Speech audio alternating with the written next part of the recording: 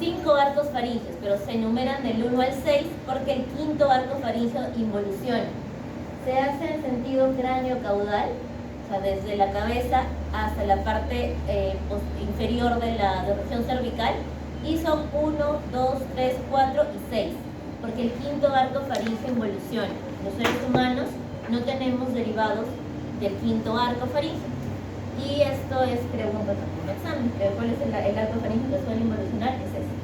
Otra estructura importante son los derivados de los elementos musculares y óseos que van a generar cada uno de estos elementos.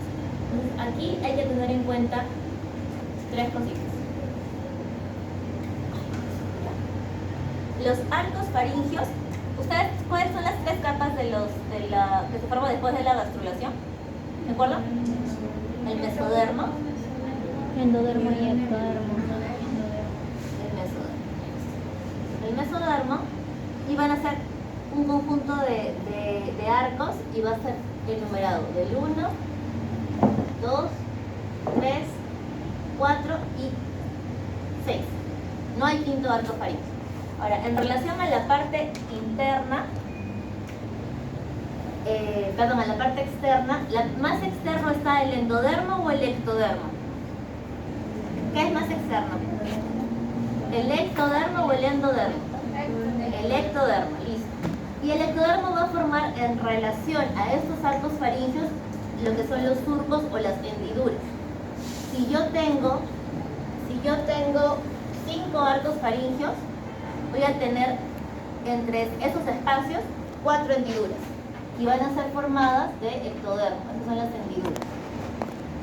Hendiduras o surcos, ¿ya? Es lo mismo. Y en la porción más interna, en lo que sería la parte de las bolsas faringias, van a estar compuestas de plegamientos de endodermo, porque es la porción más interna, y estos van a ser bolsas. Y también hay 4 bolsas, acá hay 1, 2, 3 y 4 bolsas, ¿ya? Y esas son las bolsas. Entonces vamos a ver qué es lo que va a derivar de cada grupo de células. El mesodermo, como les dije, es el encargado de dar tejido conectivo. ¿De qué tipo? De tipo muscular y de tipo cartilaginoso. O sea, va a formar estructuras cartilaginosas y estructuras óseas. Y a nivel muscular estaría formando lo correspondiente a los músculos de la cara y del cuello, ¿ya? Esa es la parte del mesodermo. El ectodermo da como lugar a la cubierta, a la parte de la piel, ¿sí? A la parte más externa. Y el endodermo de las bolsas va a dar el forro o el epitelio de la parte interna de la zona de la faringe y estructuras derivadas. Ya ahora vamos a ver eso. De cada bolsa vamos a obtener un derivado. Y lo otro es que tienen que relacionarlo con los pares craneales. ¿Ya han visto los pares craneales en anatomía? Ya. Entonces, de los 12 pares craneales que hay, van a estar involucrados con los arcos faringios 4 de ellos. En sentido craneal a caudal, para el primer arco faringio va a estar relacionado con el trigémino, o sea, va a ser así. Es 1, 2, 3, 4, 6 arcos faringios, y los nervios craneales que van a involucrarse son el 5, el 7, el 9 y el 10. ¿Ya? Eso va a tener una correlación con cada nervio. Y tienen que saber la estructura que va a inervar, que va a ser la derivada de cada arco faringio. Entonces, cuando hablamos del primer arco, básicamente vamos a hacer referencia a los músculos de la masticación. Músculos de la masticación, el massetero, el temporal, los pterigoideos, no son músculos de la masticación que van a derivar de este primer arco. Del segundo arco, básicamente los músculos de la expresión facial. ¿Quiénes lo inervan? ¿Qué nervio lo inervaría? El séptimo par canal, el facial. El derivado muscular del tercer arco faringio, solamente está el estilofaringio, que es inervado por el noveno par, y el décimo par craneal va a estar inervando al cuarto y al sexto arco, que van a ser básicamente los músculos intrínsecos de la laringe, ¿ya? Esa tablita está, me parece que se puede ver ahí también en su lasma, y ve el derivado de cada arco faringio. Entonces tenemos, del primer arco también se le conoce como arco mandibular. Este arco mandibular va a formar a nivel de los huesos como tiene una relación con los huesos derivados de la cresta neural también, de lo que sería la parte del tejido que se diferencia del ectodermo, no lo mencionan ahí, pero ustedes tienen que tener en cuenta que la parte ósea derivada del primer arco faríngeo van a ser justo los huesos que estén en relación a los músculos de la masticación, es decir, la mandíbula y el maxilar y la región temporal a nivel óseo. No está ahí, pero son huesos que sí están derivados de ahí. ¿Cuáles otros van a ser? Los huesecillos del oído medio.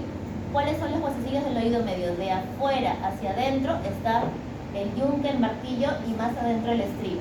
Entonces, el yunque y el martillo sí son derivados del primer arco en cuanto al componente óseo. En cuanto a los músculos, como les dije, van a estar implicados los músculos de la masticación, el miloioideo, la porción anterior del digástrico, el tensor del tímpano y el tensor del velo del paladar. ¿Ya? En cuanto al segundo arco, la otra forma de llamarlo es el arco yoideo. ¿Se ubican el hueso yoides? ¿Sí?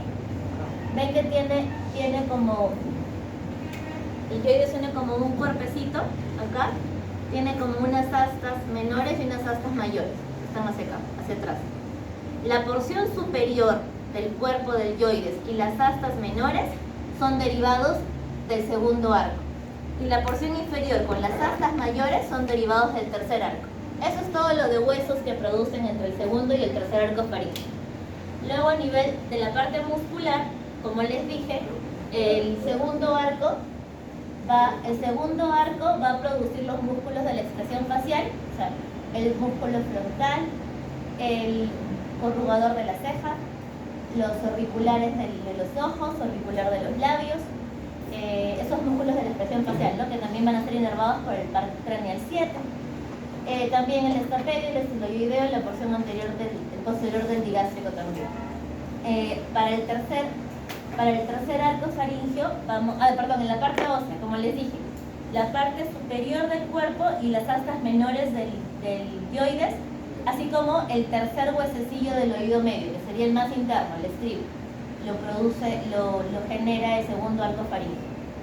En cuanto al tercer arco, el único músculo que produce el tercer arco es el estilofaringeo, pero es pregunta de examen muy frecuente, porque como no se les puede preguntar por muchos grupos musculares, el que se suele preguntar es por el estilofaringeo. Como es el único derivado muscular del tercer arco, es muy preguntado, ¿ya? Entonces, músculo derivado del tercer arco, el estilofaringeo. A nivel óseo, como les dije, el asta mayor del hueso yoides y la parte inferior de su cuerpo.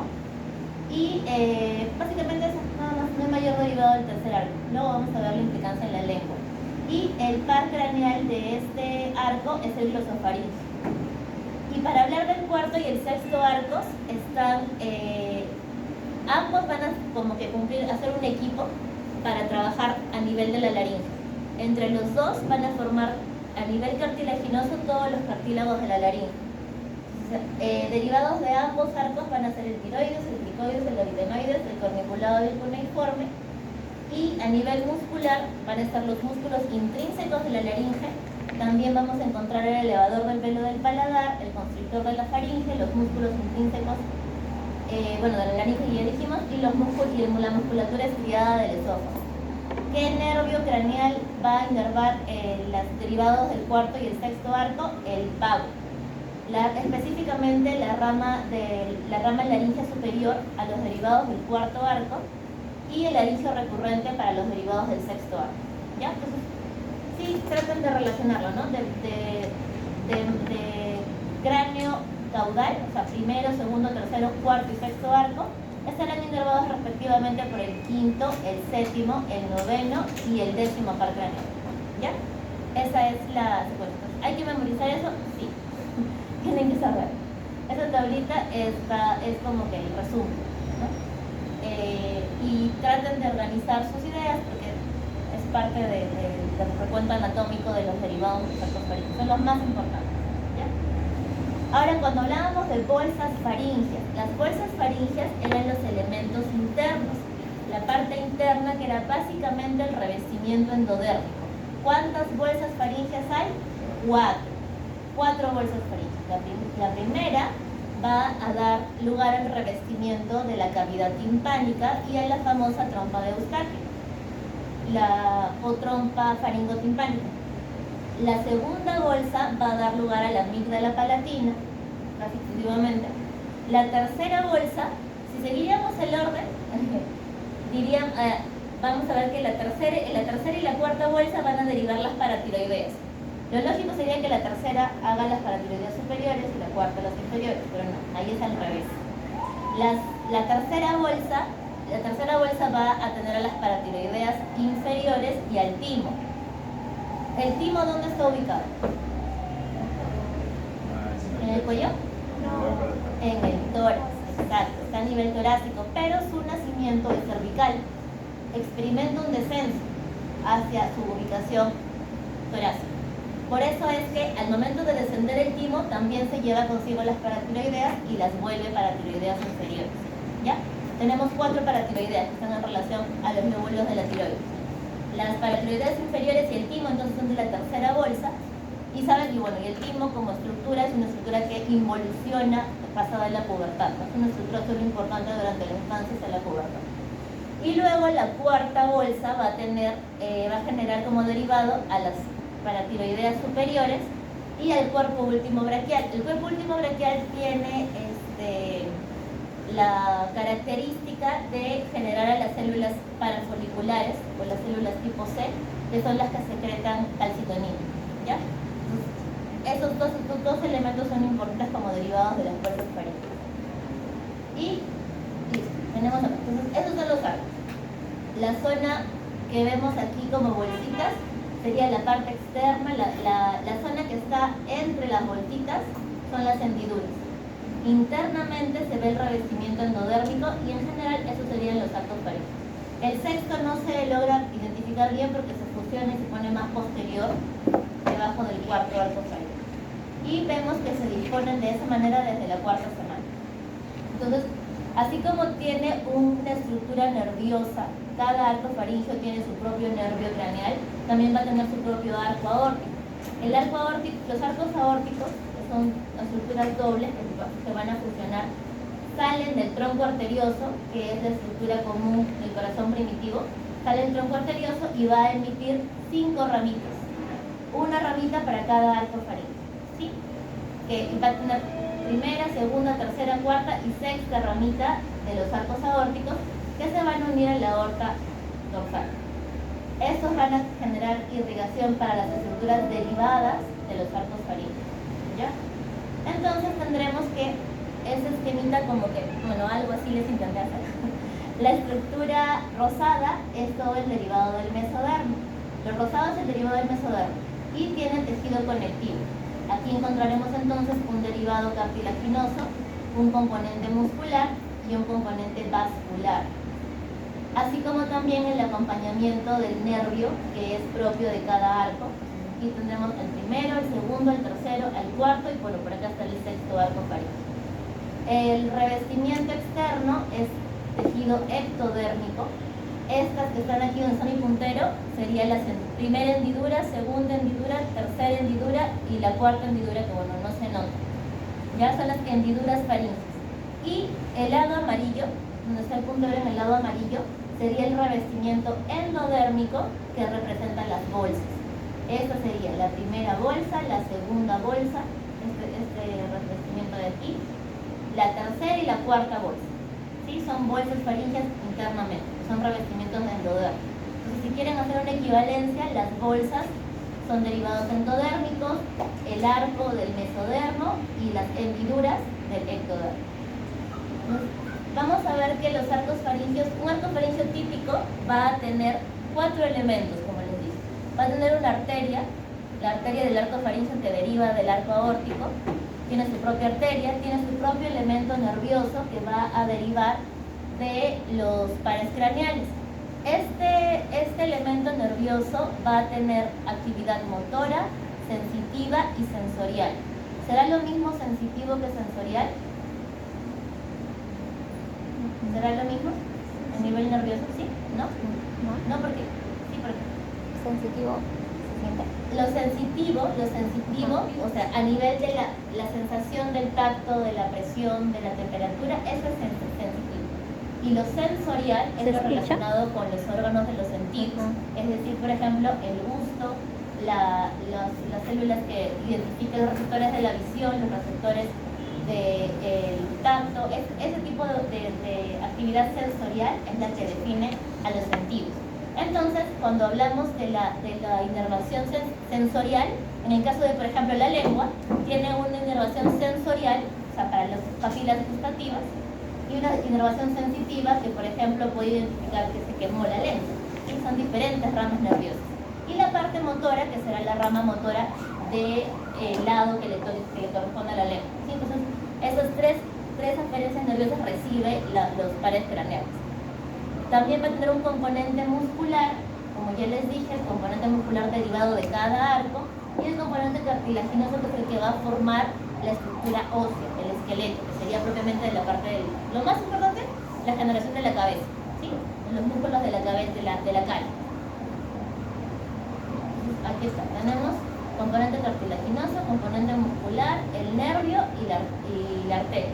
Son los elementos básicos que tiene que tener el arco faríngeo como tal, ¿ya? Ahora vamos a ver características de cada uno de los arcos. Entonces, cuando hablamos del primer arco faríngeo, vamos a ver una estructura importante que está relacionada con el nombre del primer arco. El primer arco les dije que le podían decir arco mandibular también, ¿cierto? Entonces, como parte del arco mandibular, vamos a encontrar que hay un cartílago importante que, si bien degenera, se pierde en la fase del desarrollo, sirve como el molde para formar la mandíbula. Y este cartílago es el conocido cartílago de Meckel, ¿sí? Meckel era un anatomista que se puso a ponerle su nombre a todas las estructuras que identificaba. Así que así habrán escuchado el divertículo de Meckel, pero ese es abdominal. Este cartílago de Meckel está en la cara. Es el molde de la mandíbula, y esa estructura no persiste en la vida extrauterina, degenera, solo permite que la mandíbula se forme a partir del molde. Lo vamos a ver también en la práctica de la próxima semana. Y hay que recordarlo porque es una estructura importante. Lo único que sí logra dejar como estructura ósea son los dos huesecillos que les dije que eran derivados del primer arco. ¿Cuáles eran? El martillo y el yunque. ¿Sí? Esos dos huesecillos eran derivados del primer arco faríngeo. Luego vamos a ver, seguimos bajando. Entonces, estamos generando los huesos de la parte superior. ¿Qué otro huesecito podemos formar del primer arco? La parte de la maxila. ¿Sí? La maxila, el cigomático y el hueso temporal. Todo lo que sea desde la altura de la región temporal para abajo va a ser el derivado óseo del primer arco faríngeo. ¿Ya? El segundo arco faríngeo les dije que era el arco yoideo, y ahí está formando la parte superior del cuerpo del yoides y las astas menores, ¿ya? Luego tendremos como otro huesecito al estribo, el último que faltaba. Y seguimos bajando. El tercer arco faríngeo formará la parte inferior del cuerpo y las astas mayores del yoides, y el cuarto y el sexto arco faríngeo a nivel óseo estará dando lugar a los cartílagos de la laringe. ¿Sí? Traten de aprendérselo en ese orden para que, al menos tocándose la cara o cogiéndose las partes corporales, recuerden los derivados de cada arco faríngeo, ¿ya? Para que no todo tenga que ser memoria. Entonces, del primer arco vamos a ver que la porción dorsal se va a denominar prominencia maxilar y va a extenderse hacia adelante y por debajo de la región del ojo. Todo lo que esté por debajo del ojo, desde la región temporal, va a estar formado del derivado del primer arco. Y la prominencia mandibular, que es la que contiene el cartílago de Meckel, este moldecito que está aquí. Ahora, la prominencia mandibular va a formar el cartílago de Meckel, y cuál va a desaparecer, excepto en su parte más distal, que va a permitir la generación de los huesecitos martillo y yunque. Luego vamos a ver, también va a formar la prominencia maxilar, que va a ser la premaxila, el hueso maxilar, el hueso cigomático y parte del hueso temporal. Van a ser derivados del primer arco. Así que este arco va a contribuir importantemente a la formación de la cara, así como los huesos del oído medio y parte del oído externo también. La musculatura. ¿Qué músculos les dije que derivaban del primer arco? ¿Masticación o expresión facial? Masticación, exacto. Masticación. La musculatura de la masticación es derivada del primer arco faríngeo. Fue el músculo temporal, massetero, los pterioideos. También el vientre anterior del digástrico, el miloioideo, el tensor del tímpano y el tensor del paladar. Van a ser derivados de esto. ¿Quién inervaba el primer arco faríngeo? El trigémino, el menor, el quinto. Primer arco, quinto par craneal. El trigémino, la rama mandibular del trigémino. Es por eso que el trigémino tiene como inervación motora a los músculos de la masticación. Ya que han visto pares craneales, habrán visto su inervación, ¿cierto? Entonces, el mesénquima del primer arco también va a contribuir a la formación de la dermis, generalmente el tejido celular subcutáneo de la cara, y la inervación sensitiva de la piel de la cara va a depender también de las ramas oftálmicas maxilar y mandibular del trigémino. Entonces el trigémino, en este caso, para el primer arco faríngeo, tiene inervación motora y inervación sensitiva. El segundo arco. ¿Cuál era el nombre alternativo del segundo arco? Yoideo. El segundo arco o arco yoideo. El cartílago representativo del segundo arco es el cartílago de Richter. El cartílago de Richter es el que va a representar el molde para el yoides, y la colita de ese cartílago genera al último hueso que nos faltaba de los huesos del oído medio, al estribo. Va a tener también la apófisis estiloides del hueso temporal, el ligamento estiloideo y la porción superior del cuerpo del hueso yoides y las astas menores. El mesénquima de este arco va a formar la mayor parte del oído externo. ¿Y qué nervio era el del segundo arco faríngeo? El séptimo paso, el facial. Por tanto, a nivel muscular se iba a encargar de la inervación de los músculos de la expresión facial. También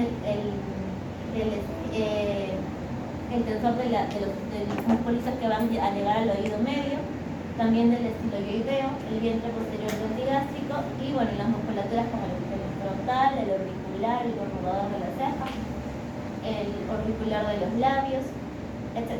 ¿Sí? Músculos de la expresión facial. El tercer arco, el único músculo que les dije que tienen que recordar, el estilofaríngeo. Musculatura está muy limitada y solamente el estilofaríngeo. Y a nivel óseo también es poquito lo que aporta, que sería a nivel de la parte que faltaba del yoides, ¿no? La parte inferior del cuerpo del yoides y las astas mayores del yoides. ¿Qué nervio lo va a inervar? El noveno par craneal, el glosofaríngeo. Ya es el nervio del tercer arco. El cuarto y el sexto arco, como les dije, se iban a fusionar y juntos iban a formar los cartílagos de la laringe. Entonces íbamos a encontrar ahí, ya por debajo de la estructura del yoides que completaba, empezaba la estructura laringe. El cartílago tiroides, el cricoides, el aritenoides, el corniculado, que son cartílagos de la laringe. Los músculos derivados del cuarto arco van a ser el critotiroideo, el elevador del velo del paladar y los constrictores de la faringe. Y van a ser inervados, como son los músculos del cuarto arco, van a ser inervados por la rama laringea superior del vago. Mientras que los músculos intrínsecos de la laringe, que son derivados del sexto arco, van a ser inervados por el laringeo recurrente, la rama de laringe recurrente del vago. Sí, pero el vago es para estos dos arcos faríngeos, para el cuarto y para el sexto. Listo, ahora sí, una repasadita de bolsas faríngeas. Las bolsas faríngeas, como les dije, estaban en esta parte interna. De cada bolsa faríngea ya vimos la estructura más representativa que va a derivar. Importante saber que el endodermo que reviste esta estructura es el mismo endodermo que va a pertenecer al intestino anterior, va a ser una continuidad. Por eso la faringe se continúa por el esófago. Las estructuras faríngeas se continúan con el esófago, ya que es la parte más craneal de empezó con la parte de las bolsas faríngeas. Tendremos entonces que de la primera bolsa faríngea que derivaba, ¿se acuerdan? Oído medio. El revestimiento de la cavidad timpánica y la trompa de, ¿cómo es la trompa de Eustaquio? La las trompas de Eustaquio o trompas faringotimpánicas. Esos son los dos derivados de la primera bolsa. De la segunda bolsa, importante, la segunda bolsa, solamente un derivado, las amígdalas palatinas. De la tercera bolsa, las paratiroideas superiores o inferiores. Las inferiores, exacto, junto con el timo. Y de la cuarta bolsa, las paratiroideas superiores y las células parafoliculares que provienen del cuerpo último braquial. ¿Ya? ¿Qué producen las células parafoliculares? O las células C de la tiroides. Calcitonina, exacto. No deben haber visto en esto. Cuando hacían tiroides, está el quiste que forma, porque la tiroides tiene una particularidad a diferencia de las glándulas. Tiene una forma quiste y tiene sus células foliculares alrededor. Las que no eran células foliculares, las que estaban entre las células foliculares o el costadito eran las parafoliculares. Ajá, estas son las parafoliculares y derivan del cuerpo último braquial, que deriva a su vez de la cuarta bolsa. Y aquí, esto también es circulante. Derivados. Principal derivado. Primera bolsa faríngea.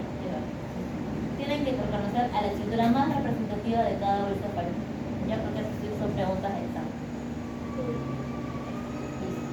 Y surcos faringios. Ahora, lo que sucede con los surcos faringios es interesante debido al crecimiento de la segunda bolsa, del segundo arco faríngeo. Cierto que había 1, 2, 3, 4 hendiduras faringias, ¿cierto? Pero ocurría que el segundo arco faríngeo aumentaba de tamaño porque de su mesodermo se iba a formar la prominencia cervical. Entonces, al aumentar de tamaño considerablemente, envolvía las estructuras, envolvía la parte de las hendiduras inferiores y solamente iba a quedar la primera hendidura faríngea como persistente. Las demás iban a involucionar. Y la primera hendidura faríngea nos va a servir para formar el conducto auditivo externo. Nada más. Ahí queda. Se queda la primera hendidura faríngea. Las demás van a involucionar. ¿Ya? Entonces, listo. Ese es el resumen de lo que sería aparato faríngeo. Antes de ver formación de la cara. Un síndrome representativo es el conocido como los síndromes del primer arco.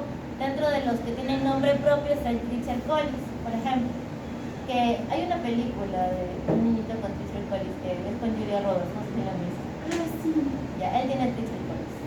Ese síndrome del primer arco tiene micropnatia, ¿sí? Hay hipoplasia mandibular, tiene un secuestro de la musculatura de los músculos de la expresión y del bucinador también, tiene agenesia de la cavidad del conducto auditivo externo, hay hipoplasia de todos los músculos masticatorios, ¿no? Y es la fase característica del síndrome del primer arco faríngeo. No todos los derivados del arco faríngeo se van a ver involucrados.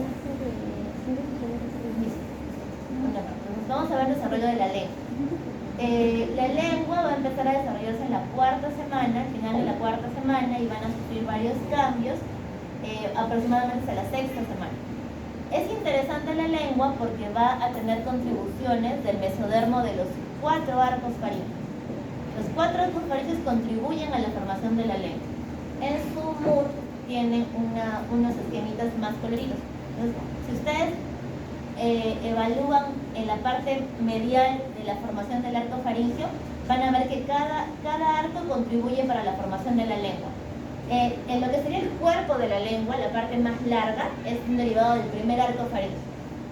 Van a fusionarse las dos protuberancias linguales de cada lado, lado del primer arco faríngeo, se van a unir en la línea media con el tubérculo impar.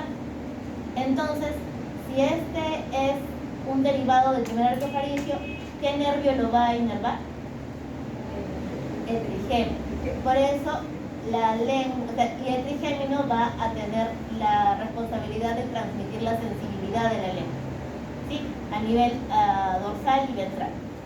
Después, a partir del segundo arco faríngeo y va a ir a la parte posterior de la lengua y por eso el facial le corresponde la inervación de las papilas gustativas de la parte posterior.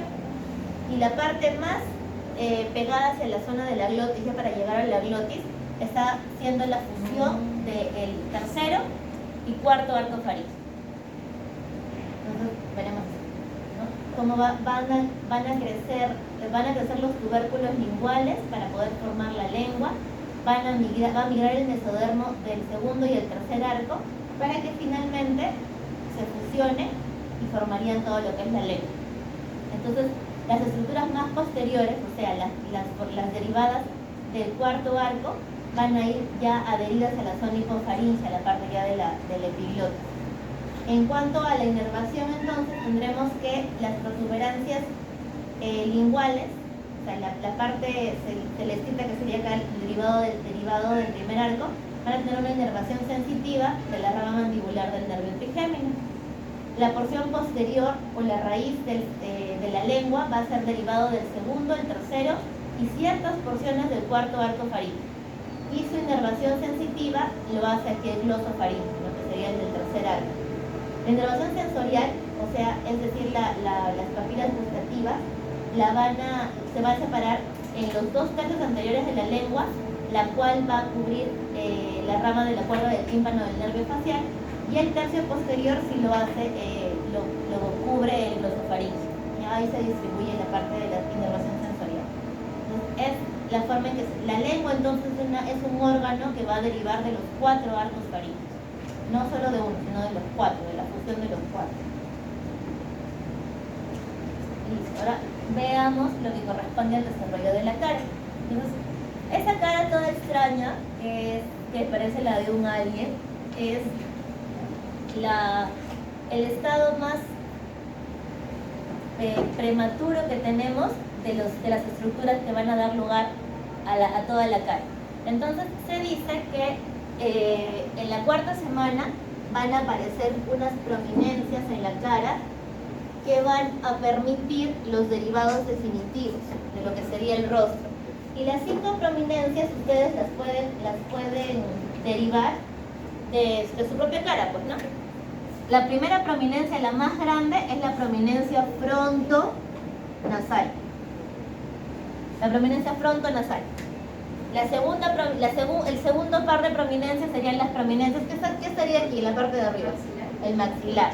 Las prominencias maxilares. Acá. ¿Y las de abajo cómo se llamarán? ¿Qué es esto de aquí? La mandíbula. Prominencias mandibulares, que también se fusionan en la línea media. ¿Cuántas prominencias son? 5 en total. Y van a estar rodeando esta estructura de acá, que es el estomodeo. El estomodeo es el primordio de la boca, de la cavidad oral, o por lo que será futuramente la cavidad oral, va a estar representado por el estomodeo. Y lo siguiente a ver aquí es cómo van a ir interactuando las prominencias en relación a eso. Pero sí, si ustedes se ubican en su propia cara, podrán acordarse de las 5 prominencias. Frontonasal, 2 maxilares y 2 mandibulares. Acuérdense de la gente que tiene el mentón partido. Esa variante anatómica de tener el mentón partido es por la fusión de las 2 prominencias mandibulares. Profesora, ¿solamente se llama prominencia mandibular? ¿O tiene otro? Prominencias mandibulares, 1 y 2. Sí, prominencia frontonasal, prominencias maxilares y prominencias mandibulares. Esas 2. Entonces tenemos en total 5 y están alrededor del estomodeo, ¿ya? A partir de esas prominencias van a surgir los derivados de la cara. La prominencia frontonasal, esa azul grandaza, deriva directamente de la cresta neural, ya del ectodermo en la cresta neural. Y del primer arco faríngeo sí van a derivar estas 2, la prominencia maxilar y la prominencia mandibular. Después hay que pensar en los esbozos de los demás elementos de la cara. ¿Qué más tenemos en la cara? Tenemos ojos, nariz y oídos. Entonces esos esbozos se van a llamar placodas. Ahora vamos a ver las placodas. Las placodas que aparecen casi primero son las placodas ópticas. También se llaman placodas cristalinianas, por el cristalino. Las otras placodas que aparecen después son las placodas nasales. Y las otras placodas serían las auditivas o también le pueden decir óticas. ¿Ya? Óticas o auditivas. ¿Ya? Estas son las placodas que son los esbozos de las estructuras futuras de la cara. Vamos a ver esto. Entonces, aquí se ve. Al final de la cuarta semana, entonces, las prominencias maxilares se pueden identificar aquí, lateralmente, a lo que sería el estomodeo. ¿Qué cosa era el estomodeo? El primordio de la boca. Exacto, el primordio de la boca. Veremos a nivel inferior al estomodeo las prominencias mandibulares. Aquí están las prominencias mandibulares. Y en la parte superior de todo estaría la prominencia frontonasal, que va a integrarse con una proliferación del mesénquima ventral de las vesículas cerebrales y constituye ese borde superior del estomodeo. En ambos lados de la prominencia frontonasal se van a originar las placodas nasales o placodas olfatorias, que son estas depresiones de boca. Y se ve así. Esto ya es más esquemático, ¿no? Esa es la microfotografía de lo que sería el embrión, que parece un chanchito. Pero aquí esas depresiones que son aquí serían las placodas nasales. Estas placodas nasales van a tener un hundimiento para formar lo que sería la fosa nasal. Entonces, esta fosa nasal se va a revestir, se va a engrosar un tejido circundante a la fosa nasal que se llama prominencia nasal. Está en relación a la fosa nasal, es prominencia. Y la prominencia nasal la podemos dividir en dos partes. En la prominencia nasal medial, que sería esta amarilla, la que está hacia el medio de la cara, y la prominencia nasal lateral, que sería la que está en la parte externa de la cara. Esto va a ir viajando para encontrarse en la línea media y poder generar estructuras derivadas de estas prominencias. De esta forma, ¿ven? Lo que estaba así, separado, ahora está así. Se han unido en la línea media. Las prominencias nasales mediales se fusionan en la línea media y van a formar la punta de la nariz y lo que sería el filtrum labial. Esta depresión que tenemos aquí, ese es el filtrum labial. Exacto. Y eso se forma por la fusión de las prominencias nasales mediales. ¿Ya? También van a contribuir entonces con la puntita de lo que sería la parte del labio superior. Luego también se van a fusionar las dos prominencias maxilares. Estas que estaban separaditas van a encontrarse finalmente para que junto con la prominencia nasal medial formen el labio superior. Ahí se cierra el labio superior. ¿Ya? Entonces, a ver. A medida que va a ir evolucionando el desarrollo de la cara, veremos cómo se van a ir fusionando aquí. Otra cosa que también aparece es la placoda cristaliniana y la placoda ótica en relación a la primera hendidura faríngea, ¿no? que va a formar luego el conducto auditivo externo. Entonces aquí vamos a ver. En resumen, la prominencia frontonasal entonces va a formar la frente en la parte superior y el dorso y el vértice de la nariz. ¿Ya? La prominencia nasal lateral van a formar las alas de la nariz. La prominencia nasal medial va a formar el tabique nasal, el filtrum labial y la punta de la nariz.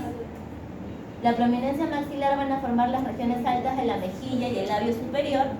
Y las prominencias mandibulares van a dar lugar al mentón, al labio inferior y a las zonas bajas de las mejillas. Así como se veía en el esquemita. Eso también está en el MUR, esos dibujitos. De las 5 prominencias, para el día el 24º día, para el día 28 ya se han diferenciado bastante mejor las placodas nasales y han establecido la presencia de las prominencias. Van a fusionarse en la línea media y van a formar lo que sería las prominencias nasales fusionadas para formar el labio superior. Una vez que se fusionen, aquí ya en este corte lateral se ve mejor la formación del labio superior. Y de la parte inferior de la prominencia mandibular se formará la zona inferior del labio. ¿Por qué es importante esta formación del labio? Porque podríamos entender las estructuras implicadas en enfermedades como la fisura palatina o la fisura labial, conocido vulgarmente como labio leporino, ¿no? Este término ya no es correcto decirlo. O sea, lo más correcto es decir que es una fisura labial, o una fisura palatina o una mixta, ¿no? Una fisura labio-palatina. El término leporino hace alusión a un término de zoología que se refiere a los conejos. Entonces no es apropiado decir leporino a un niñito, o sea, no es correcto el diagnóstico del término así. Entonces es más apropiado decir que tiene una fisura labial o una fisura palatina, ¿ya? Entonces vamos a ver ahora el desarrollo del paladar, cómo es que se va a dar la alteración a este nivel. El paladar primario va a ser dado, si ustedes se tocan el paladar, ven que hay una zona bien durita cercana a sus incisivos y una parte más blanda, ¿cierto? Lo que conocen como paladar duro y paladar blando, ¿sí? Entonces, en embriología, este paladar se creó también en dos partes. Un paladar primario, que es como solamente la parte del triangulito que justo está detrás de sus incisivos, y el paladar secundario, que vendría a ser la mayor parte del paladar. Entonces, el paladar que se va a ver afectado cuando hay fisura palatina es el paladar secundario. Vamos a ver cómo se forma este paladar secundario, ¿ya? Entonces, ustedes se lo pueden estar tocando para sentir las partes, cómo se ve la diferencia, y embriológicamente tiene una diferencia, ¿ya? Entonces el paladar primario va a derivar de las prominencias nasales. Ven que estas prominencias nasales se unieron en la línea media, y esa unión permite que se fusione el triangulito del paladar primario, la parte durita. Mientras que el paladar secundario se va a desarrollar a partir de los procesos palatinos, que son a su vez derivados de la prominencia maxilar. Entonces, cuando nosotros teníamos, ¿cómo se llamaba esta prominencia grande en color azul? Aquí estaba la naricita. ¿Cómo se llamaba? Frontonasal. Estaban alrededor de ¿qué estructura? ¿Cómo se llamaba la boca primitiva? Estomodeo. Acuérdense de estomatólogos. Los estomatólogos, o los odontólogos, o los que ven la boca, porque estoma es boca. Entonces, la estructura primitiva se llama estomodeo. ¿Cómo se llamaba esa estructura que estaba aquí lateral?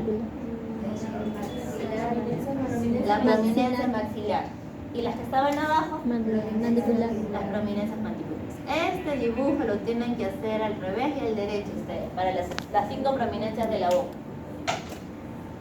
Si se dan cuenta, este estomodeo está casi compartiendo la cavidad nasal con la cavidad oral. No tienen un techo, no hay un techo.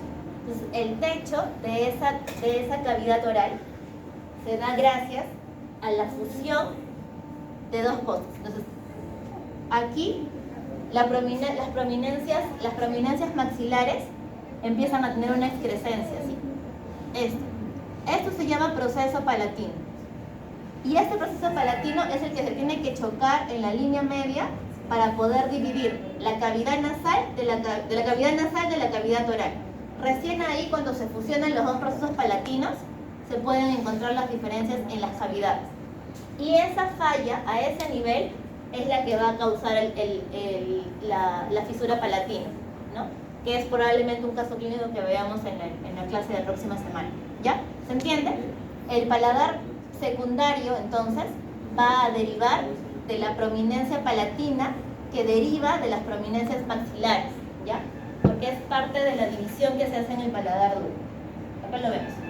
Lo estamos viendo en otro sentido. Eso es como si fuese un corte así coronario. Aquí ven que el estomodeo es una sola cavidad, pero gracias a la presencia de las crestas palatinas, que se van